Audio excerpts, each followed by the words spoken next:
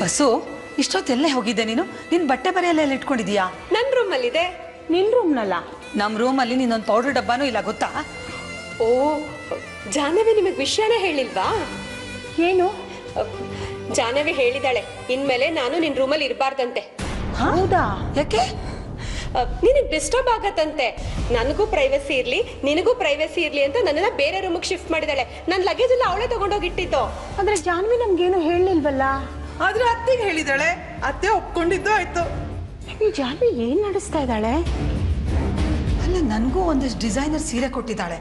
ಅದನ್ನ ಈಗಿನ ಕಾಲದವ್ರು ಹೊಲ್ಸ್ಕೋತಾರಲ್ಲ ಆ ಥರ ಬ್ಲೌಸ್ ಹೊಲ್ಸ್ಕೋಬೇಕು ಅಂತ ಕಲನ್ ಹತ್ರ ಕೊಟ್ಟು ಕಳ್ಸಿದ್ಲಪ್ಪ. ಹೋಗಿ ಹೋಗಿ ಕಲಾಕಂಗ್ ಹೇಳಿದಾಳ? ಅವ್ರಿಗೆ ನೆನ್ಪಿದ್ರೆ ತಾನೆ. ಏಯ್ ಯಾಕೆ ಜಾಸ್ತಿ ಆಯ್ತು ನಿಂದು? ಅಲ್ಲ ಅಕ್ಕ, ನಿಮಗೆ ಸರ್ಪ್ರೈಸ್ ಗಿಫ್ಟ್ ಪ್ಲಾನ್ ಮಾಡಿದಾಳೆ. ಬಸ್ಸುಗೆ ರೂಮಿಂದ ಶಿಫ್ಟ್ ಮಾಡಿಸಿದಾಳೆ. ಅಯ್ಯೋ ನಂಗೆ ಏನೂ ಅರ್ಥ ಆಗ್ತಿಲ್ಲ ಕಲ್ಲು. ಹೇ ನಂಗೆ ಸ್ವಲ್ಪ ಅರ್ಥ ಆಗ್ತಿದೆ. ಜಾನಿ ನಮ್ಮಿಂದ ಏನೋ ಗುಟ್ಟು ಮುಚ್ಚಿಡ್ತಾ ಇದ್ದಾಳೆ. ಅಯ್ಯ ಅದ್ ನಮಗೂ ಗೊತ್ತು. ವಿಷಯ ಗೊತ್ತಿದ್ರೆ ಹೇಳಿ. ಸ್ವಲ್ಪ ಸುಮ್ಮನಿರೆ, ನಂಗೆಲ್ಲ ಮರ್ತೋಗ್ಬಿಡುತ್ತೆ. ಜಾನ್ವಿ ಅವ್ರ ಅಪ್ಪನ ಹತ್ರ ಫೋನಲ್ಲಿ ಮಾತಾಡ್ತಿದ್ಲು. ಮನೆಯೆಲ್ಲ ಕ್ಲೀನ್ ಮಾಡ್ಬೇಕು, ಅರೇಂಜ್ ಮಾಡ್ಬೇಕು ಅಂತ ಏನೇನೋ ಹೇಳ್ತಿದ್ಲು. ಯಾರು ಅಂತ ನೀವು ಕೇಳಿಲ್ವಾ? ಕೇಳ್ದೆ ಬಿಡ್ತೀರಾ? ಕೇಳ್ದೆ. ಏನ್ ಹೇಳಿದ್ಲು? ಯಾರೋ ಇಂಪಾರ್ಟೆಂಟ್ ಗೆಸ್ಟ್ ಬರ್ತಾ ಇದಾರಂತೆ. ಗೆಸ್ಟಾ? ಇಂಪಾರ್ಟೆಂಟ್ ಗೆಸ್ಟ್ ಅಂದ್ರೆ ಹೋಟೆಲಲ್ಲಿ ರೂಮ್ ಮಾಡಿಸಿರ್ಬೇಕು, ಮನೆಗೆ ಯಾಕೆ ಕರ್ಕೊಂಡ್ಬರ್ಬೇಕು? ಹೌದಲ್ವಾ? ಅಲ್ಲ ಕಣೆ, ಬರೋರು ಯಾರೋ ಆತ್ಮೀಯರೇ ಇರಬೇಕು. ಜಾನ್ವಿಗೆ ಅವ್ರ ಬಗ್ಗೆ ಒಳ್ಳೆ ಅಭಿಪ್ರಾಯ ಇರಬೇಕು. ಅದಕ್ಕೆ ನನ್ನನ್ನು ಯಾಕೆ ರೂಮಿಂದ ಖಾಲಿ ಮಾಡಿಸ್ಬೇಕು? ನಂಗೀಗ ಪೂರ್ತಿ ಅರ್ಥ ಆಗ್ತಾ ಇದೆ. ಏನು? ಬರ್ತಿರೋನು ಯಾವ್ದೋ ಎಲಿಜಿಬಲ್ ಬ್ಯಾಚುಲರ್ ಇರ್ಬೇಕು. ಅವನನ್ನ ನಿನ್ಗೆ ಗಂಟು ಹಾಕಕ್ಕೆ ಪ್ಲಾನ್. ನಾಚಿಕೆ ನೋಡು. ಬಸ್ಸು ಫ್ಯೂಚರ್ ಪ್ಲಾನ್ ಇರಬೇಕು, ಅದಕ್ಕೆ ರೂಮಿಂದ ಶಿಫ್ಟ್ ಮಾಡಿಸಿರೋದು. ಸುಮ್ಮನಿರಲ್ಲ ಅಂತಕ್ಕ. ನಾಚ್ಕೊಳ್ಳೋದು ನೋಡು. ನೀನ್ ಅಷ್ಟೊಂದು ನಾಚಿಕೆಲ್ಲ.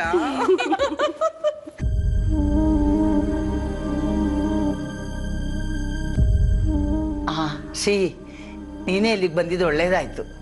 ಮ್ಯಾನೇಜರ್ ಫೋನ್ ಮಾಡಿದ್ರು. ಅದೇ ನಾರ್ತ್ ಇಂಡಿಯಾದಲ್ಲಿ ನಮ್ದೊಂದು ಡಿಸ್ಟ್ರಿಬ್ಯೂಷನ್ ಸೆಂಟರ್ ಓಪನ್ ಮಾಡಬೇಕು ಅಂತ ಇದ್ವಲ್ಲ, ಅದಕ್ಕೆ ಬೇಕಾಗಿರೋ ಲೋನ್ ಬಗ್ಗೆ ನಾಳೆನೇ ಹೋಗಿ ಮೀಟ್ ಮಾಡ್ಬೇಕಂತೆ. ಸರಿ ಅಜ್ಜಿ.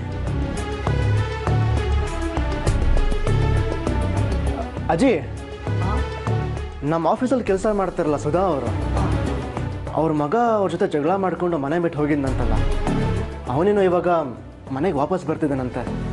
ಹೌದಾ? ಸುಧಾ ಏನಂತಾರೆ? ಅಜ್ಜಿ, ಸುಧಾ ಅವರು ತುಂಬ ಕನ್ಫ್ಯೂಸ್ ಆಗಿದ್ದಾರೆ. ಅದಕ್ಕೆ ನಾನು ಸಜೆಷನ್ ಕೇಳಿದ್ರು. ನಾನು ಅಜ್ಜನ್ ಕೇಳ್ಬಿಟ್ಟು ಹೇಳ್ತೀನಿ ಅಂದೆ. ಅಲ್ಲ ಅಜ್ಜಿ, ಮನೆ ಬಿಟ್ಟು ಹೋಗಿ 7 ವರ್ಷದ ಮೇಲಾಯಿತು. ಅಮ್ಮನ ಅವಶ್ಯಕತೆ ಇದ್ದಾಗ ಅವ್ರ ಜೊತೆಗೆ ಮಗ ಇರಲಿಲ್ಲ. ಐ ಮೀನ್ ಅವನು ಬರಲಿಲ್ಲ. ಆದರೆ ಇವಾಗ ಕೆಲಸ ತೊಂದರೆ ಆಗಿದೆ, ಅದಕ್ಕೆ ಮನೆಗೆ ವಾಪಸ್ ಬರ್ತೀನಿ ಅಂತ ಹೇಳ್ತಾನಂತೆ. ಅದು ತಪ್ಪಲ್ವಾ ಅಜ್ಜಿ? ತಪ್ಪು.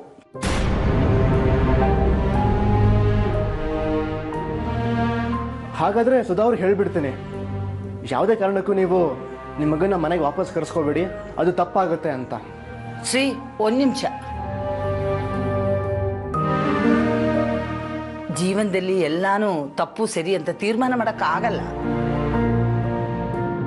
ಇವತ್ತು ನಾನು ಸರಿ ಅಂತ ತಗೊಂಡಿರೋ ನಿರ್ಧಾರ ನಾಳೆ ನನಗೆ ತಪ್ಪು ಅನಿಸ್ಬೋದು, ಅಥವಾ ಇವತ್ತು ನನಗೆ ತಪ್ಪು ಅಂತ ಕಾಣಿಸಿರೋ ವಿಷಯ ನಾಳೆ ನನಗೆ ಸರಿ ಅನಿಸ್ಬೋದು. ಉದಾಹರಣೆ ಕೊಟ್ಟು ಹೇಳಬೇಕು ಅಂದರೆ, ಜಾನ್ವಿ ಈ ಮನೆಗೆ ಬಂದಾಗ ಅದು ತಪ್ಪು ಅಂತ ನನಗೆ ಕಾಣಿಸಿತ್ತು.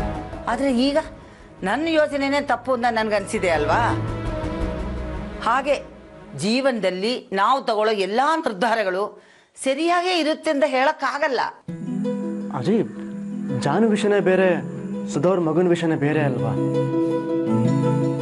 ನಿಮಗೆ ಗೊತ್ತಲ್ವಾ ಅವನವ್ರ ತಾಯಿಗೆ ಎಷ್ಟೆಲ್ಲ ನೋವು ಕೊಟ್ಟಿದ್ದಾನೆ ಅಂತ? ಗೊತ್ತು. ಆಫೀಸಿಗೆ ಬಂದು ತುಂಬಾ ಸಲ ನನಗೆ ದುಡ್ಡು ಬೇಕು ಅಂತ ಸುಧಾನ ಪೀಡಿಸ್ತಿದ್ದ. ನಾನು ಅವನಿಗೆ ಎಷ್ಟೋ ಸಲ ಬೈದು ಕಲಿಸಿದ್ದೀನಿ. ಆದರೆ ಈಗ ಅವನು ಬದಲಾಗಿರ್ಬೋದಲ್ವಾ?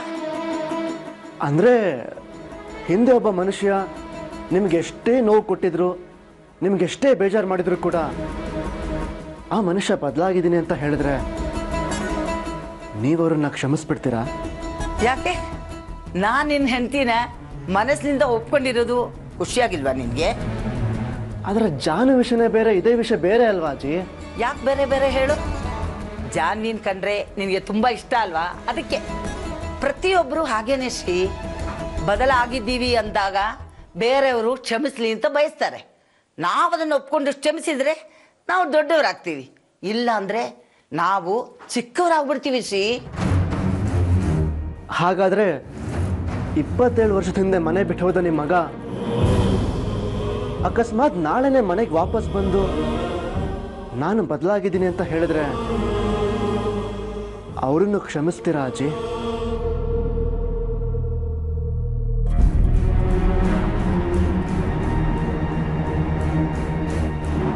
ಅವನ ವಿಷಯ ಎಲ್ಲ ಯಾಕೀಗ? ಅಲ್ಲ ಅಜ್ಜಿ,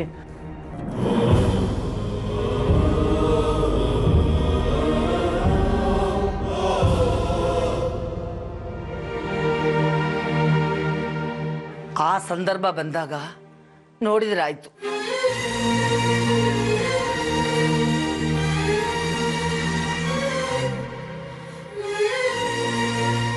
ಮ್ಯಾನೇಜರ್ ಹತ್ರ ಹೋಗಿ ಲೋನ್ ವಿಷಯ ಮಾತಾಡಿ ಕ್ಲಿಯರ್ ಮಾಡು.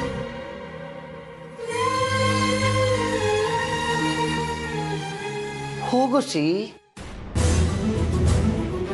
ಹೋಗು.